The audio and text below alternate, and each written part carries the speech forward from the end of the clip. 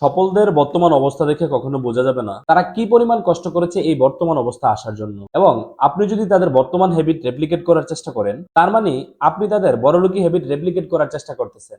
এই বড়লোকি habit replicate করার চেষ্টা করলে আপনার বর্তমান অবস্থা থেকে বড়লোক অবস্থায় কখনোই যেতে পারবেন না। সো বড়লোক অবস্থায় যেতে হলে তারা যখন বিজনেস শুরু করেছিল তখন তারা কি করেছিল তা রেপ্লিকেট করতে হবে।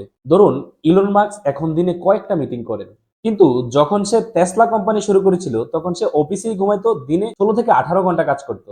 স্টিভ জবস সবসময় সাদা টার্টেল নেক পরতো। তার মানে যদি আপনিও সেটা পরেন, এতে কিছুই হবে না।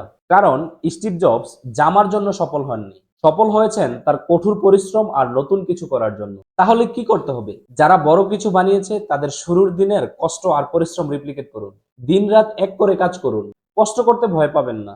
শুধু বড়লোকি লাইফস্টাইল না, তাদের স্ট্রাগলের লাইফস্টাইলটি নকল করুন।